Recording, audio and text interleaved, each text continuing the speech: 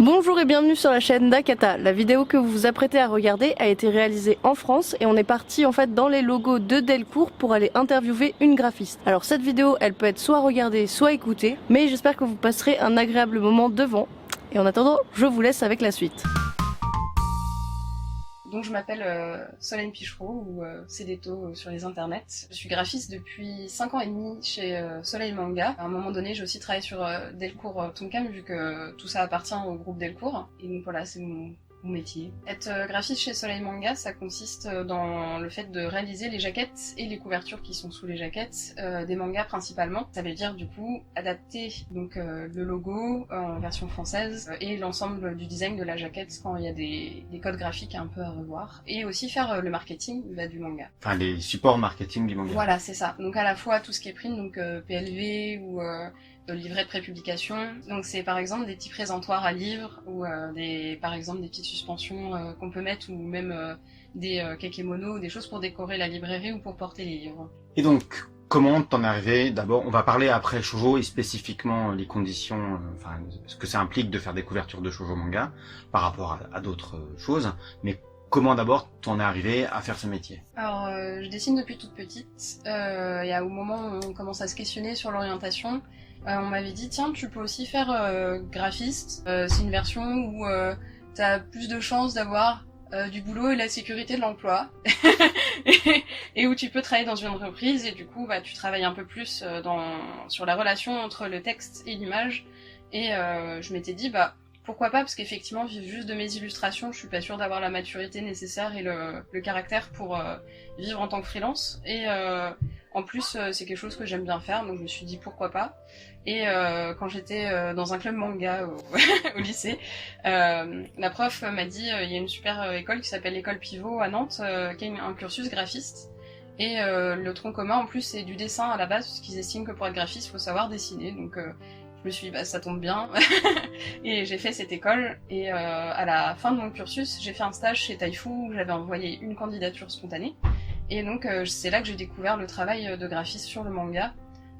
Donc ça faisait 10 ans que j'adorais le manga, que j'étais vraiment à fond dedans, que j'étais dans des associations, de choses comme ça, que je développais aussi des fanzines à côté, ou mes propres projets autour de l'illustration et des fois aussi de la maquette. Du coup c'était un vrai bonheur de travailler à un endroit où on choisissait les titres, j'échangeais un peu sur les réflexions éditoriales et puis du coup je découvrais le vrai travail de faire la couverture des livres qu'on trouve après dans toutes les librairies en France, donc c'était très impressionnant de se dire waouh, le truc que je fais là, on le trouve n'importe où en librairie et c'était assez gratifiant. Donc 6 mois plus tard, il y avait une offre chez Soleil, donc j'ai tenté ma chance et ça s'est bien passé. Avant de parler vraiment du boulot de graphiste aujourd'hui, toi en tant que lectrice, comment t'as découvert, à partir de quel moment t'as commencé à lire des mangas, et aussi c'est quoi ta découverte de ce qu'on appelle le shoujo manga? Alors c'était quand j'avais 12 ans en 5e.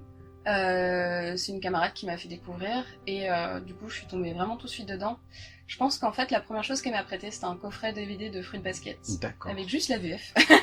Et j'ai regardé ça genre en un week-end, j'ai fait waouh, c'est trop cool. Et surtout ça m'avait beaucoup parlé, toutes les réflexions un peu sur les relations aux autres et tout m'avaient énormément marqué. Et du coup je me suis dit je veux juste en lire plus. Donc à l'époque j'ai lu aussi justement je suis allée acheter des tomes suivants en grande surface dans le désordre, je mets la main sur ce que je peux. Et du coup j'ai toujours suivi Fruit Basket par la suite et j'ai complété la collection. Alors en parallèle il y avait Lovina aussi qui a un peu fait ma culture shonen romantique, qui participait aussi aux choses que j'aimais bien. Et j'ai lu après Nana, j'ai lu un peu tous les mangas qu'il y avait dans la bibliothèque du coin, donc j'ai lu Gun à ce moment-là alors que j'étais peut-être un peu jeune pour le tout comprendre. Il y avait que le début en plus, c'est les cadeaux. J'ai lu du Taniguchi à ce moment-là, niveau shoujo. Mais ça veut dire qu'en fait... surtout du Akata au final, okay. Je pense. Pas du Akata Delcourt. Oui, si, il y avait Ayashi no Ceres aussi. Ah ouais, du Tonkam, ouais. Voilà. Ok. Et donc en fait ta découverte du manga s'est fait vraiment par le shoujo du coup? Ouais, c'était l'angle principal. Alors après, j'ai aussi regardé une centaine d'épisodes de Naruto, Oui, des après, choses comme mais ça. donc la première fois Ouais, que le premier, c'était plutôt c'est Shoujo. ok, super, c'est rare. Aujourd'hui, tu fais toutes les couvertures, je crois, pour Soleil Bah Manga. ouais, depuis 5 ans. Donc, quand tu as un nouveau projet qui arrive, quand vous êtes sur du shoujo manga spécifiquement, est-ce que par rapport à d'autres titres comme des shonen ou des seinen, vous avez des contraintes particulières ou tu envisages déjà d'emblée le projet différemment? En fait, on a comme une proportion assez grande de shoujo dans notre collection qui sont, je dirais, la plupart du temps dans une veine assez ressemblante, c'est-à-dire des titres plutôt divertissants, assez légers. Alors il y en a qui sont un peu plus mignons, d'autres un peu plus matures, sexy. Donc du coup, on se base un peu sur ce qu'on a développé avant pour prolonger quelque chose dans l'image de marque en fait. Enfin, tout ce qui a été créé avant nourrit un peu les nouveaux projets pour qu'à la fois il ait son individualité et à la fois qu'il ait une continuité, que quelqu'un puisse se dire au premier coup d'œil c'est un shoujo soleil et j'aime bien ce qu'ils font donc je vais continuer là-dessus. Et c'est vrai que chez Soleil, il y a une ligne quand même avec des choses assez variées. Il y a des mangas. Vous avez un label gothique qui retrouve beaucoup de shoujo manga à l'intérieur. Vous avez le label shoujo aussi. Et des fois, il y a des titres pour un public plus ou moins jeune. Et il y a des titres matures. Est-ce qu'il y a d'emblée, sur quel code graphique tu joues d'emblée pour telle ou telle collection pour que ça soit intelligible? Bah, alors déjà, on a les codes couleurs de nos collections respectives, c'est-à-dire que pour le gothique c'est violet, pour le shoujo c'est rose. Donc ça reste quand même des choses généralement que j'hésite pas à réutiliser dans la couverture. L'illustration de la couverture est quand même l'élément fort et celle qui va donner des fois un peu le ton. Mais après, il y a quelques codes, bien sûr, c'est toujours à remettre en cause selon les titres, mais sur le gothique, il y a toujours des recherches un peu de dentelle ou d'éléments un peu fins. Dans la typographie aussi, les typographies gothiques et tout, il y a pas mal de choses qui ont été faites dans ce sens-là pour que, en vrai, cette collection gothique, elle ait une identité vraiment un peu à part du shoujo. Et après, sur le shoujo, du coup, on est plus sur des codes mignons quand on est sur du jeunesse, donc des petits éléments entre guillemets un petit peu kawaii ou des choses comme ça.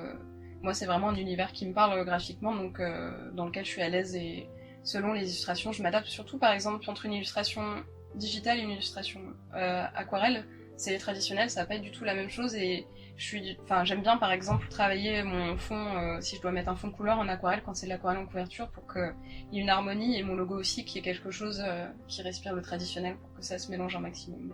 Sur des couvertures de shoujo, est-ce qu'il y en a une qui a été particulièrement difficile à faire? Les difficultés, je les rencontre moins souvent sur le shoujo que sur les autres genres. D'accord. Parce que c'est une bonne question. J'ai pas eu de grosses galères, je crois. Un des premiers titres sur lequel j'ai travaillé, c'était Chibi Devi, qui est un titre très jeunesse et pour le coup qui est clairement shoujo, mais on voulait aussi mettre en avant ce côté jeunesse et on a passé beaucoup de temps à il y avait eu un vrai côté un petit peu marque, il y avait l'animé aussi. Et du coup, on avait envie de créer un logo qui ait cet aspect-là, un petit peu de quelque chose qui pourrait presque être une marque de, je sais pas, de jouets jeunesse ou un truc comme ça. Enfin, au final, c'est un peu comme ça que je le percevais. Et du coup, ça demandait quand même un travail particulier sur le logo, en tout cas, pour qu'il y ait quelque chose de vraiment sympathique qui s'en dégage et qui donne l'impression qu'il y a un univers derrière. Et c'est une couverture de shoujo sur laquelle tu es particulièrement fière? Alors récemment, je suis contente du travail qu'on a fait sur Timeless Romance. Ouais. C'est un titre où on a vraiment tout changé, c'est-à-dire qu'on a inversé les visuels de couverture entre la 4e de couverture et la première de couverture parce que l'impact graphique était pas le même qu'on trouvait les visuels de ces 4 vraiment plus attrayants, ils avaient des décors, il y avait une dynamique. On a fait cette inversion, du coup on se retrouvait avec des visuels en format paysage. Donc c'est quelque chose d'assez peu fréquent mais qui arrive quand même de temps en temps dans le manga, donc on tente un peu ce truc-là même si c'est un peu en risque. Enfin il y avait un vrai challenge, du coup on s'est dit finalement, on a testé le logo aussi horizontal, ça marchait pas donc on l'a remis, enfin c'était vraiment plein d'explorations intéressantes et au final c'était chouette de pouvoir prolonger l'ambiance de cette illustration sur tout le reste de la couverture, ce qui lui donnait une respiration vraiment très différente de la version japonaise, donc je me suis bien amusée à la faire. Et en plus, c'est intéressant de prendre ce titre comme exemple parce que c'est vrai que c'est le 3e titre de mémoire de Saki Aikawa ou peut-être même plus. Plus. En tout cas, avec cette charte graphique, c'est le 3e peut-être. Alors il y a eu donc Is the Beast, donc ça a été le premier gros succès de Saki Aikawa. Et du coup, on avait fait une charte un peu particulière avec des cadres noirs qui étaient inspirés en vrai de la version japonaise. Et quand on a sorti ensuite un de ses titres précédents, Bad Boyfriend, on s'est dit tiens, on pourrait réutiliser cette charte graphique très marquée pour que les gens qui lisent l'auteur se disent tiens, ça me dit quelque chose cette charte, le dessin aussi, est-ce que ce serait pas quelque chose que j'ai déjà lu et qui m'a déjà plu? Et du coup c'est comme ça qu'on a développé tous les nouveaux titres de l'auteur.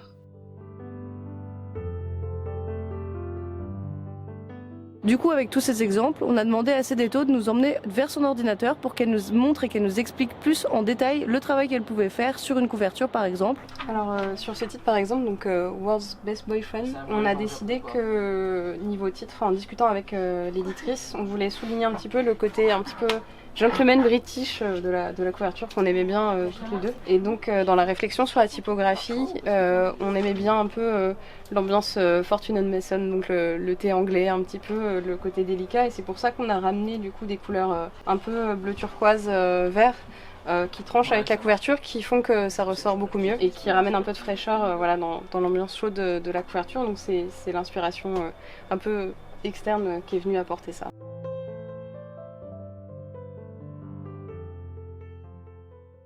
Est-ce que tu as un coup de cœur shoujo de ces derniers temps que tu as envie de partager? Alors j'ai fini cette semaine de lire Lovely Love Lie, donc un shoujo de Soleil en une bonne vingtaine, 22 tomes. C'est une série que j'ai découvert une fois que j'étais dans l'entreprise où j'ai passé un été fabuleux à lire les 15 tomes qui étaient sortis à l'époque.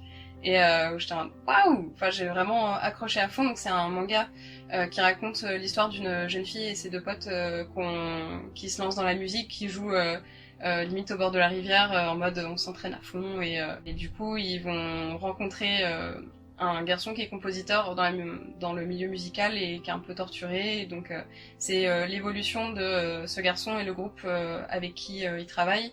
Et de elle, son groupe qui monte petit à petit sur 22 tomes, donc ça laisse vraiment un long moment pour développer à la fois les relations amoureuses de l'héroïne et tout ce qui se passe dans le milieu de la musique qui est vraiment très bien développé. Et en fait, ça fait, je dirais que sur ces 7 derniers volumes, il y a vraiment une espèce de plénitude, on est au top, on profite à fond des meilleurs moments de la musique qui est très présent et du coup, c'est un vrai plaisir à lire et les développements de ces persos. Enfin, l'héroïne, en fait, est presque plus forte que tout. Je trouve que c'est le personnage le plus puissant de la série. Et elle a un caractère nature et fort qui est vraiment chouette et qui est très entraînant quand t'es lectrice. Donc voilà, je recommande carrément Lovely Love Lie. Ça fait pas trop accroché à la toute première série qui avait été publiée de l'auteur. Secret Sweetheart. Ouais. Et donc, qu'est-ce que tu dirais à quelqu'un comme moi qui avait pas trop accroché à Secret Sweetheart pour lire cette série-là? Pour moi, c'est un titre qui est... Alors j'adore les titres de manga qui te font découvrir un univers au travers, quel que soit son genre. J'adore Nodame Cantabile qui te parle de musique classique à travers un shoujo josei. Donc là, c'est la même chose en fait. La partie musique qui est tellement développée que on apprend énormément de choses, qu'on comprend toutes les complexités un peu du milieu. Enfin, même ça reste un type de shoujo, je trouve ça très, très intéressant comme réflexion. Et du coup, je trouve, il est beaucoup plus riche par cet apport de la musique. Il développe des relations complexes, il parle de la montée en popularité, des choses comme ça, de façon assez mature, je trouve. On sent que l'auteur a clairement, je pense, une maturité qui n'a rien à voir avec celle de Secret Sweetheart.